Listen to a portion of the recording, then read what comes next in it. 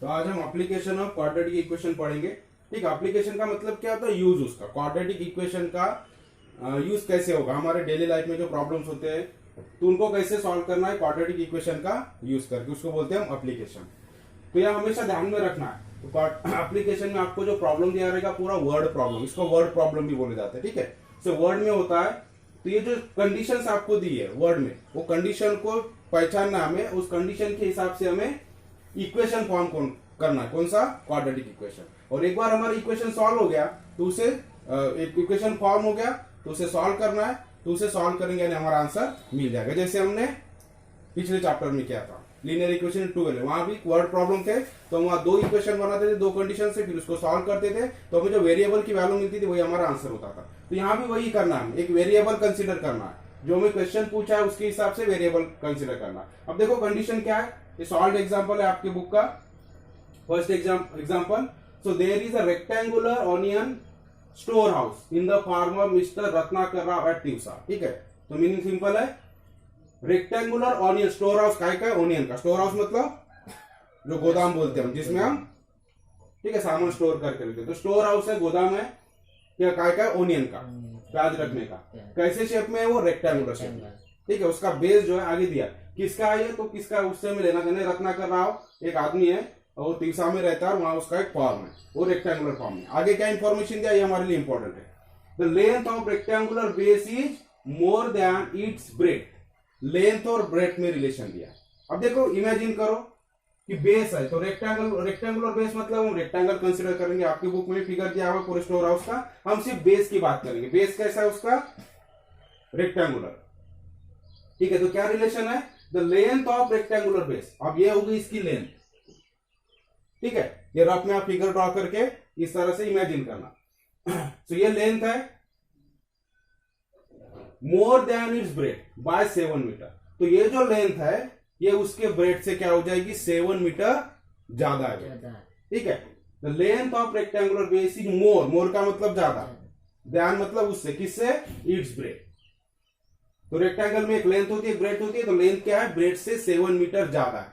तो अगर अब यहां कितना है वो नहीं दिया, अब ये लेंथ का रिलेशन किसके ऊपर से? ब्रेथ के ऊपर से। तो अगर मैं ब्रेथ मालूम हो गई तो लेंथ भी मालूम हो जाएगी, क्योंकि 7 ज्यादा है तो हम ब्रेथ को यहाँ x मानेंगे। ठीक है, तो हमारा वेरिएबल कौन सा होगा यहाँ? किसे x मानना है? ब्रेथ को। ठीक है, तो ये ब्रेथ, इसको हम अगर x मान लेते तो लेंथ क्या हो जाएगी? ये ब्रेथ से 7 ज्यादा है तो क्या हो जाएगा? ये x प्लस 7, ये लेंथ होगी। तो आगे समझ में, the length of rectangular base is more than its breadth by 7 metre and diagonal, आगे भी इंफॉर्मेशन दिया, and diagonal is more than length by 1 metre. ठीक है, 1 मीटर ही दिया है। और डायगोनल, तो डायगोनल क्या होता है? इसे बोलते हैं डायगोनल। तो ये डायगोनल कैसा है बोलते हैं? लेंथ से 1 मीटर ज्यादा है।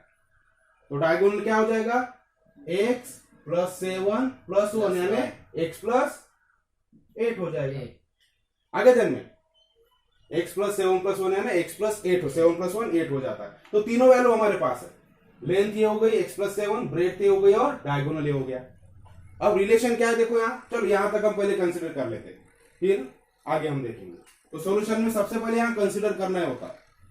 ठीक है, किसे हम x मान रहे हैं, तो लेट ब्रेथ को हमने x मानना, तो यहां क्या लिखेंगे? लेट ब्रेथ ऑफ, आप अपने हिसाब से बराबर लिख सकते हो, मीनिंग सही होना चाहिए। Let breadth of store house लिखो, या let breadth of rectangular store house लिखो, या रेक्टेंगुलर बेस लिखो, मीनिंग एक ही होगा। ठीक है, so let breadth of storehouse be x meter and therefore so length क्या हो जाएगी? therefore length is equal to x plus 7 meter and breadth है, और diagonal क्या हो जाएगा? and diagonal is equal to क्या हुआ?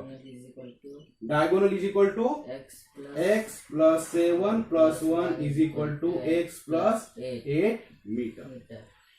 ठीक है, तो ब्रेथ हो गई x मीटर, लेंथ हो गई x प्लस 7 और डायगोनल हो गया ये। अभी कंसिडर हो गया। अब हमें कौन सा रिलेशन, अब देखो ये जो प्रॉब्लम है फिगर से रिलेटेड। ठीक है, तो फिगर से रिलेटेड प्रॉब्लम हमें पहचानना आना चाहिए कि क्या रिलेशन हो सकता है। अब देखो तीनों में क्या रिलेशन है।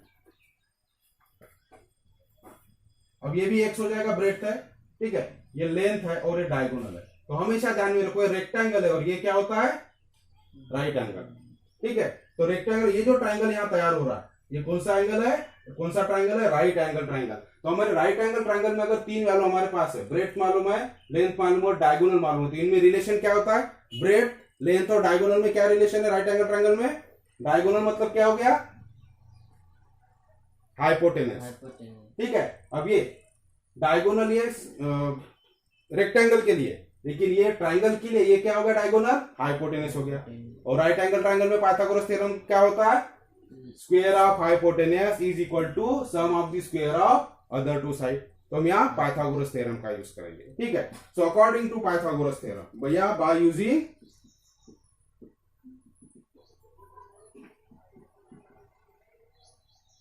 पाइथागोरस थ्योरम,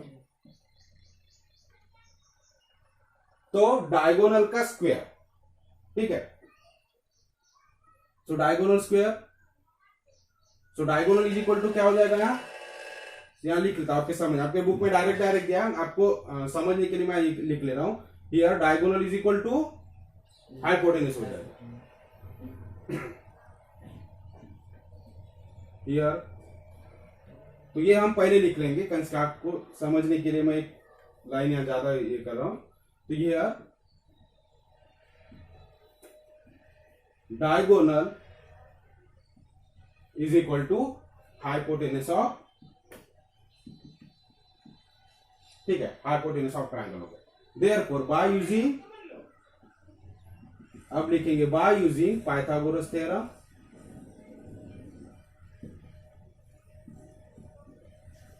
तो पाइथागोरस थ्योरम क्या होता है, हाइपोटेनस का square. So therefore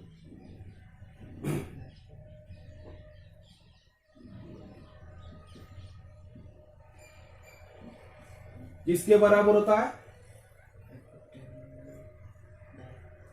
some of square of remaining side is equal to sum of square of remaining sides. And therefore hypotenuse क्या है हमारा, डायगोनल, मतलब ये therefore x plus 8 whole square is equal to क्या हो जाएगा, breadth और length ये है, तो length x plus 7 whole square plus x square, ठीक है। Sum of square of remaining side, आपके बुक में ये पहले लिया है, इसको बाद में लिया, हम इस तरह से कर रहे हैं। तो x plus 8 whole square is equal to, इसको हम आगे सॉल्व करेंगे तो समझ में आ गया क्या किया हमने, हमें रेक्टेंगल दिया हुआ है, तो रेक्टेंगल में हमने ब्रेड को रेक्टेंगुलर बेस दिया है उस स्टोर हाउस का, इसलिए हमने इस तरह से फिगर ड्रॉ कर लिया। ब्रेड तो लेंथ में रिलेशन दिया है, तो लेंथ का रिलेशन ब्रेड के ऊपर डिपेंड है, इसलिए जिसके ऊपर डिपेंड है उसको हम एक्स मानेंगे, ठीक है। तो यहां हमने एक्स किसे माना, ब्रेड को एक्स मान लिया, तो लेंथ क्या हो गया, 7 से ज्यादा है, तो इसलिए एक्स प्लस 7 लेंथ हो गया। और डायगोनल में क्या रिलेशन है कि डायगोनल लेंथ से 1 मीटर ज्यादा, 1 मीटर ज्यादा, तो उसमें और 1 ऐड हो गया, तो x प्लस 8 डायगोनल हो गया। और फिर ये जो हमें यहाँ फिगर मिल रहा है ये राइट एंगल ट्राइंगल है, इसलिए हमने यहाँ पाइथागोरस थ्योरम लगा दिया। तो पाइथागोरस थ्योरम से जो हाइपोटेनस है इसका स्क्वायर रिमेनिंग टू साइड के स्क्वायर के एडिशन के बराबर होता है, यहाँ हमने लिख लिया। इसको हम अगर सॉल्व करेंगे तो एक्सपांड करना पड़ेगा, x प्लस 8 होल स्क्वायर क्या होगा, तो ये होगा x square plus 16x plus 64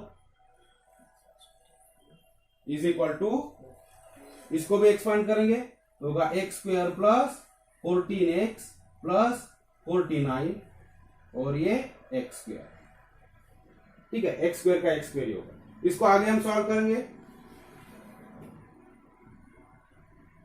so therefore अब देखो सारी जो वैल्यूज है हमें वन साइड ला लेना है, क्योंकि कर लेंगे। सो x square plus 16x plus 64, अब इधर की वैल्यूज हम इधर लेके जा रहे हैं, तो क्या होगा, ये वैल्यूज इधर आ जाएगी, तो minus x square minus 14x minus 49 minus x square is equal to 0। सारी वैल्यूज हमने इधर ला ली, क्योंकि क्वाड्रेटिक इक्वेशन में सब इधर रखना, राइट साइड में 0 रखना, क्योंकि हमें यहाँ क्या बनाना है, क्वाड्रेटिक इक्वेशन फॉर्म करना। फिर हम उसको सॉल्व करेंगे तो एक्स की वैल्यू मिलेगी, एक्स की वैल्यू यानी हमारा ब्रेड्थ हो जाएगा। फाइंड क्या करना है, find length and breadth of store house. Question क्या है, लेंथ और ब्रेड्थ हमें फाइंड करना है। तो कैसे फाइंड करेंगे, एक्स की वैल्यू मिलेगी तो हमें ब्रेड्थ मिलेगा, उसमें 7 ऐड करेंगे तो लेंथ मिल जाएगा। तो एक्स फाइंड करना है, इसलिए इसको क्वाड्रेटिक इक्वेशन में कन्वर्ट करना जरूरी है। अब क्या देखो, ये एक्स स्क्वायर और ये एक्स स्क्वायर कैंसिल हो गया, क्योंकि x square minus x square 0, फिर बचा माइनस एक्स स्क्वायर, तो स्क्वायर वाला पहले लिखेंगे, फिर 16x माइनस 14x, तो क्या हो जाएगा ये plus 2x, 16x minus 14x 2x, and 64 minus 49 है, तो 64 बड़ा है तो प्लस में आएगा आंसर। और ये हम निगेटिव से इसको कर रहे हैं मल्टीप्लाई, क्योंकि हमें पहली वैल्यू पॉजिटिव चाहिए, तो निगेटिव माइनस से मल्टीप्लाई करेंगे तो पॉजिटिव हो जाएगा, पॉजिटिव का निगेटिव, प्लस का माइनस हो जाएगा, इस तरह से। अब इसको फैक्टराइजेशन से करो तो किसके हम 2 फैक्टर करेंगे, 15 इंटू 1 15, तो माइनस 15, सो माइनस 15 के ऐसे 2 फैक्टर करो जिसका एडिशन सब्ट्रैक्शन 2 आना चाहिए, तो क्या होगा 5 3। अब किसे निगेटिव करना पड़ेगा, 5, क्योंकि आंसर क्या आना चाहिए, निगेटिव। तो माइनस 5 प्लस 3 करेंगे तो माइनस 2 आएगा, और दोनों का मल्टीप्लीकेशन माइनस 15 हो गया। So therefore x square minus 5x plus 3x minus 15 is equal to 0, and therefore common निकालेंगे तो यहाँ x कॉमन आएगा, तो x माइनस 5 हो जाएगा, प्लस यहाँ 3 कॉमन होगा और x minus 5 is equal to 0, and therefore x minus 5 into x plus 3 is equal to 0, and therefore x minus 5 is equal to 0 और x plus 3 is equal to 0, and therefore x is equal to 5 और x is equal to minus 3। अब 2 answer है। अब हमेशा देखना, जब भी हम क्वाड्रेटिक वर्ड प्रॉब्लम सॉल्व करेंगे तो इस तरह से हमें 2 आंसर मिलेंगे, 2 में से हमारा एक ही आंसर सही होगा। अब कौन सा सही लेना है कौन सा गलत लेना है, तो कंडीशन के ऊपर। अब ये क्या कैलकुलेट कर रहे हैं, लेंथ और ब्रेड्थ, तो कभी भी लेंथ और ब्रेड्थ किसी भी चीज की वो निगेटिव नहीं हो सकता, तो हमारा ये आंसर सही नहीं होगा, क्योंकि लेंथ और ब्रेड्थ कभी भी निगेटिव नहीं होगी। तो हम क्या लिखेंगे, बट लेंथ और breadth cannot be negative, therefore x is not equal to -3। तो x हमारा, x की वैल्यू क्या है, x यानी क्या हमने कंसिडर किया है, ब्रेड्थ, तो यहां लिखेंगे but breadth cannot be negative, therefore ये लिखना जरूरी है। 2 जो आंसर आते हैं उसमें से कौन सा हमें गलत करना, कौन सा नहीं चाहिए, तो जो हमें नहीं चाहिए जिसको हटाना है उसके लिए लिखेंगे क्यों हटाना है, तो बट ब्रेड्थ, क्योंकि x की वैल्यू क्या है -3 और x हमारा क्या है, ब्रेड्थ है।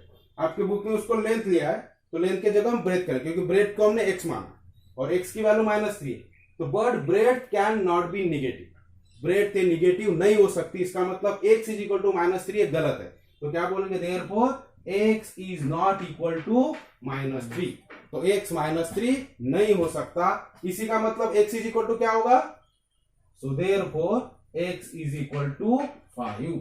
अब x इज इक्वल टू 5 मतलब x क्या है हमारा, ब्रेड्थ, तो ब्रेड्थ हमें मिल गई, तो ब्रेड्थ मिलेगी। अभी लेंथ फाइंड करना है, तो लेंथ क्या है, x प्लस 7 यहां रख दो, सो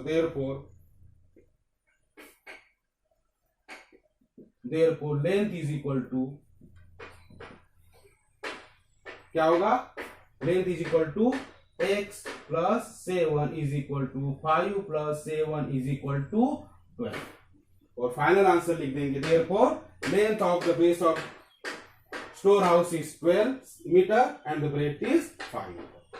तो ये हो गया ब्रेड्थ और ये हो गया लेंथ। तो यहां हमने कैलकुलेशन किया, फाइनल आंसर लिखना जरूरी है, तो आधा मार्क आपको वहां पे काट दिया जाएगा। तो आपकी बुक में लिखा हुआ फाइनल आंसर, तो क्या लिखेंगे आप, therefore length of the store rectangular store house is 12 metre and breadth is 5 metre. तो कैसे कैलकुलेशन किया, तो आप बुक का भी कर सकते हो, बुक में जिस तरह से किया या मैंने जिस तरह से किया ये भी आप नोट कर सकते हो, जो भी आपको अच्छा लगता है, ठीक है। तो किस तरह से करना है समझा दिया आपको।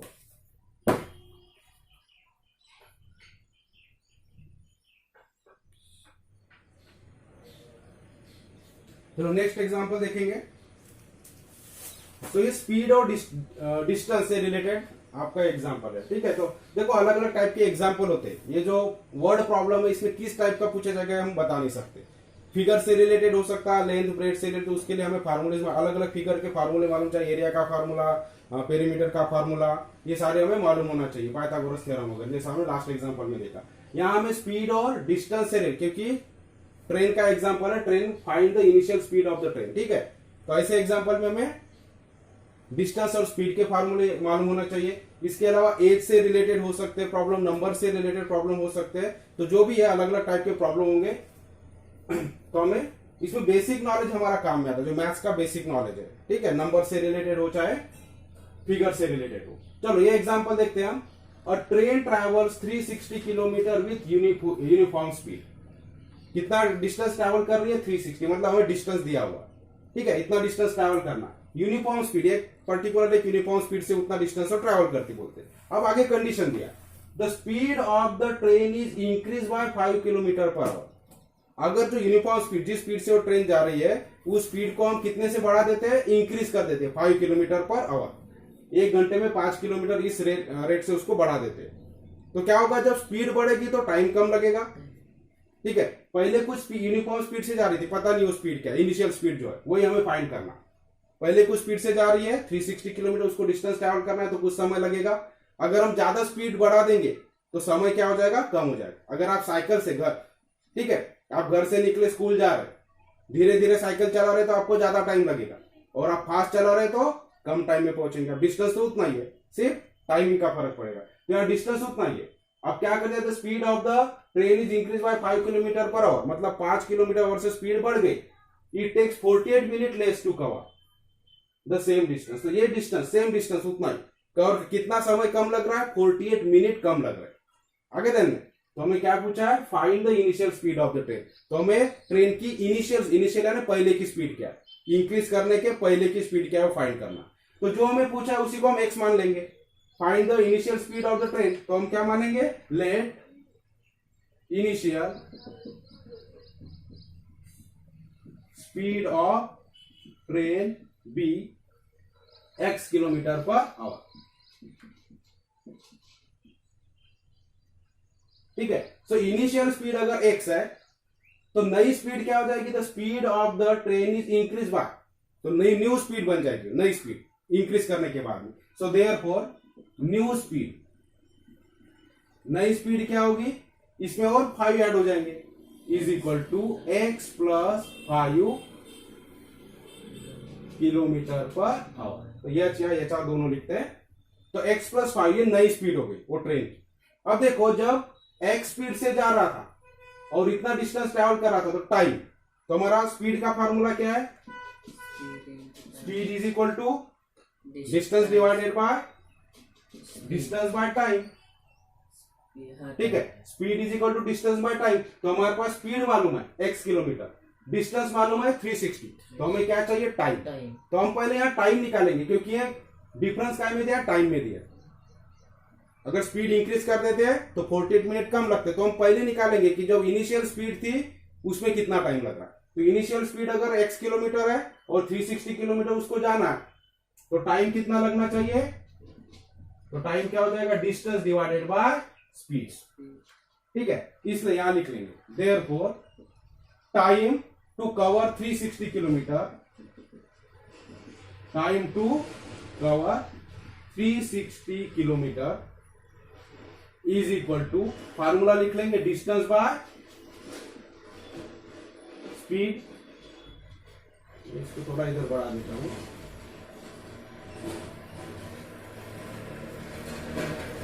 तो इज इक्वल टू डिस्टेंस कितना है? 360 और स्पीड कितनी है? x। तो 360 बाय x आवर्स, इतना टाइम लगेगा।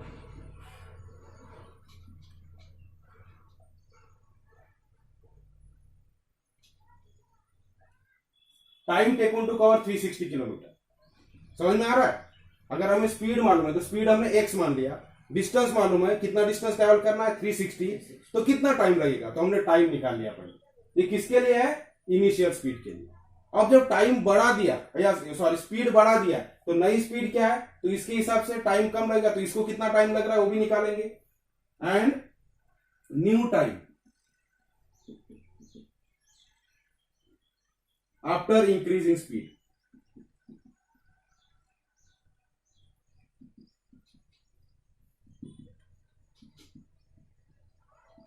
इज इक्वल टू, तो डिस्टेंस उतना रहेगा 360, तो 360 dy, लेकिन स्पीड क्या हो गई x प्लस 5 आवर्स, HRS यानी आवर्स। ठीक है, समझ में आ रहा है।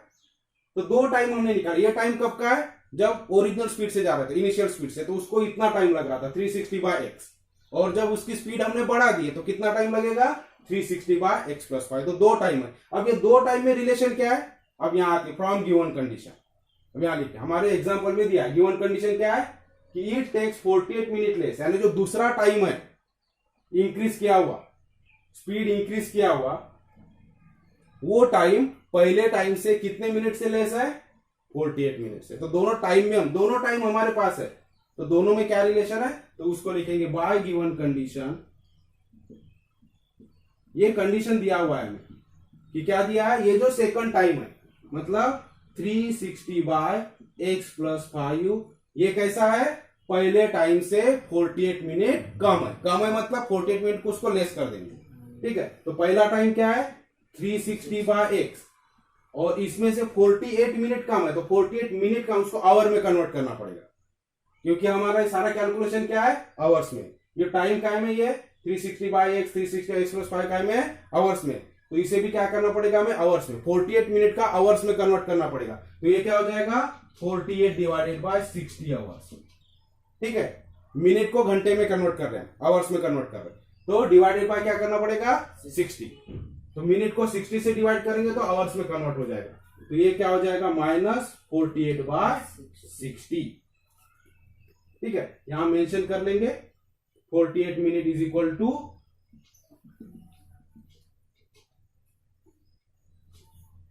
48 मिनट इज इक्वल टू कितना होगा 40 बाय 60 आवर्स।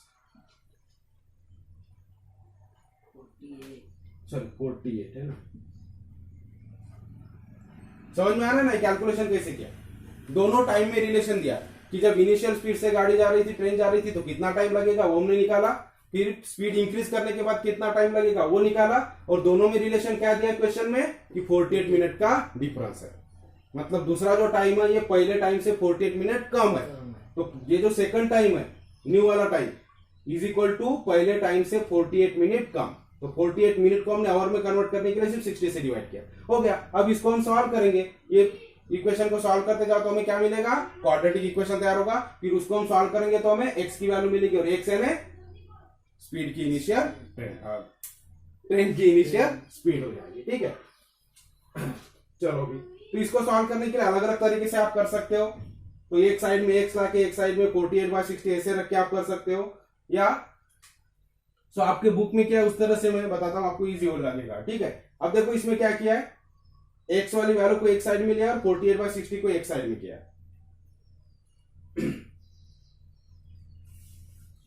तो हमें देखो ये 48 माइनस में है, तो इसको हम इधर लाएंगे तो प्लस हो जाएगा, और इसको इधर लेके जाएंगे तो माइनस हो जाएगा, तो इसको 360 बाय एक्स माइनस, तो इसको हम इधर लेके जा रहे हैं, ये हो जाएगा 360 by x plus 5 is equal to, ये वैल्यू इधर आ जाएगी तो क्या होगा 48 बाय 60। समझ में आ रहा है ना, हमने इसको यहां से उठा के इसके जगह डाल दिया, और इसको उठा के इधर डाल दिया। ठीक है, और लिखते हो हमने इधर की वैल्यू पहले लिखी, इधर की वैल्यू को बाद में लिखा। अब इसको सॉल्व करेंगे, अब देखो यहां भी 360 यहां भी 360 है, तो इसको सिंपल बनाने के लिए हमने क्या करेंगे, हम इसको 360 से डिवाइड करेंगे पूरे इक्वेशन को। सो देयरफॉर 360 से इसको डिवाइड करेंगे तो 360 बाय 360 1 हो जाएगा, तो ये होगा 1 बाय एक्स, माइनस यहाँ भी 360 बाय 360 1 हो जाएगा, तो 1 बाय एक्स प्लस 5, और इधर 360 से डिवाइड करना मतलब 48 और 60 इंटू 360 डिवाइड कर रहे मतलब डिनोमिनेटर में आएगा।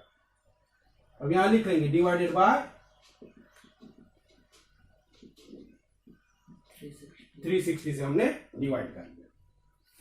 अब इसको और सॉल्व करेंगे आगे।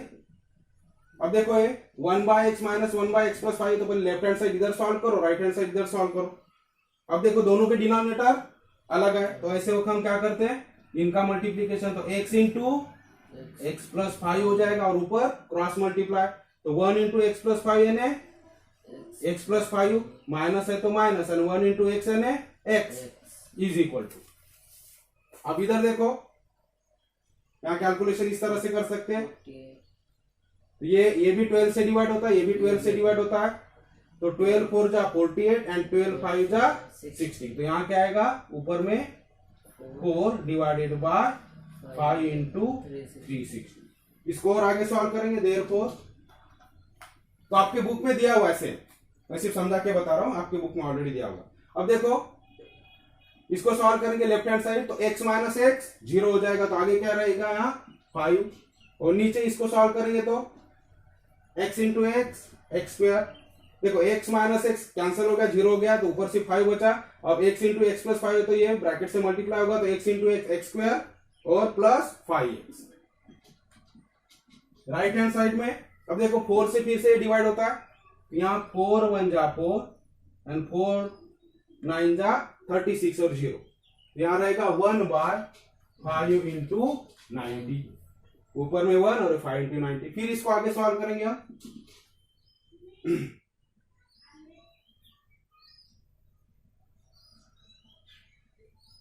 ठीक है। अभी क्रॉस मल्टीप्लाई कर सकते हैं यहाँ, अब आपके बुक में जो दिया हुआ है, तो पहले इसको, तो ये 5 by x square plus 5x is equal to 1 by इसको 5 9 जा 45, सो 450 हो गया, एंड देयरफॉर आप क्रॉस मल्टीप्लाई, तो दिस इधर का इधर के साथ होगा और इधर का इधर के साथ होगा, क्रॉस मल्टीप्लाई, तो क्या हो जाएगा, अब ये इसके साथ हो गया तो ये हो जाएगा एक्स स्क्वायर प्लस 5x, तो दिस इंटू दिस, तो इधर लिख लिया मैंने, ये इसका मल्टीप्लीकेशन इधर रख देता हूं, so 5 into 450, so 5 into 450 and therefore x square plus 5x is equal to 5 into 450 कितना हो जाता है, ये 2250,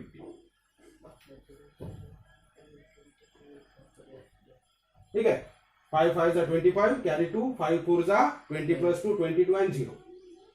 अब क्वाड्रेटिक इक्वेशन, अब ये वैल्यू को इधर ट्रांसफर कर लो तो क्वाड्रेटिक इक्वेशन तैयार हो जाएगा, सो x square plus 5x minus 2250 is equal to 0। अब इसे हम सॉल्व करेंगे, इसको सॉल्व करने के लिए हमें क्या चाहिए, फैक्टराइजेशन मेथड से करेंगे, तो किसके फैक्टर करेंगे हम यहाँ, माइनस 2250 के, ऐसे दो फैक्टर चाहिए जिसका एडिशन सब्ट्रैक्शन 5 होना चाहिए, तो ऐसे दो फैक्टर क्या हमारे पास, एक है 50 और दूसरा है 45, सो 50 और 45 का मल्टीप्लीकेशन करेंगे तो इतना आएगा, लेकिन हम यहाँ माइनस चाहिए, मतलब ये दोनों में से एक को माइनस करना पड़ेगा, तो कौन सा माइनस चाहिए, तो यहाँ वैल्यू प्लस है, तो यहाँ छोटी वैल्यू को हम माइनस कर देंगे, तो 50 प्लस रहेगा और 45 माइनस में रहेगा, हो गया। So therefore x square plus 50x minus 45x minus 2250 is equal to 0। किसके, इसमें से कॉमन निकालो, तो ये होगा x कॉमन निकलेगा, तो यहाँ रहेगा x प्लस 50 माइनस यहाँ क्या कॉमन निकलेगा 45, तो x plus 50 is equal to 0, and therefore x plus 50 into x minus 45 is equal to 0, and therefore x plus 50 is equal to 0 or x minus 45 is equal to 0, and therefore x is equal to minus 50 और x is equal to 45। फिर से एक value minus आ गई, एक plus आ गई, तो हमेशा speed क्या होती है, कभी भी निगेटिव नहीं हो सकती, स्पीड नेवर भी निगेटिव, इसलिए ये वाला आंसर हमारा गलत होगा, इसलिए हमारा आंसर, तो इसको लिखते कैसे है, but speed is never negative, ये आपको लिखना जरूरी है आखिरी का, क्योंकि हमेशा दो आंसर आते हैं, उसमें से एक हमें नहीं चाहिए, तो क्यों नहीं चाहिए, क्यों हमारे काम का नहीं है, क्यों गलत है, तो लिखना जरूरी है, क्योंकि हम क्या फाइंड कर रहे हैं उसके ऊपर डिपेंड है। स्पीड निगेटिव नहीं हो सकती, मतलब ये निगेटिव आंसर हमारे काम का नहीं है, तो but speed is never negative, therefore जो काम का नहीं उसको बोलेंगे x is not equal to -50, तो x की वैल्यू -50 नहीं हो सकती, इसलिए ये लिखना जरूरी है mathematically. x is not equal to -50। अगर -50 नहीं है तो फिर क्या होगा, x is equal to 45 and therefore x is equal to 45 और x क्या है, तो इनिशियल स्पीड जो हमें पूछा गया। देयरफॉर फाइनल आंसर लिखेंगे initial speed of train is 45 kilometre per our. Therefore initial speed of train is 45 kilometre per hour. तो इस तरह से आंसर कंप्लीट होता है। तो आपके बुक में ऑलरेडी पूरा सॉल्व करके दिया हुआ है, तो कैसे हुआ मैं आपको समझाती हूँ। तो सेम ऐसे आप बुक से भी आप अपने लिख सकते हो या यहां से भी कॉपी कर सकते हो, लिख सकते हो। ठीक है, तो समझ में आ गया। स्पीड और डिस्टेंस से रिलेटेड प्रॉब्लम है। हमें इनिशियल स्पीड निकालना था, उसके लिए हमें डिस्टेंस दिया था और यहाँ कुछ कंडीशन दिया था कि स्पीड 5 किलोमीटर आवर पे जब हम इंक्रीज करते हैं तो जो लगने वाला नया टाइम है वो रिड्यूस हो जाता है। तो हमने दोनों का टाइम निकाला कि पहले स्पीड से कितना टाइम लगेगा, दूसरे स्पीड से कितना टाइम लगेगा और दोनों के टाइम में क्या कंडीशन दिया है। तो बाय गिवन कंडीशन हमने कंडीशन को यहाँ मैथमेटिकल फॉर्म में रख दिया और फिर उसको हम सॉल्व किए तो हमें क्वाड्रेटिक इक्वेशन मिला x² + 5x - 2250। इसको हमने सॉल्व किए फैक्टराइजेशन मेथड से, तो हमें x की वैल्यू मिली जो कि हमने कंसीडर किया था इनिशियल स्पीड। ठीक है,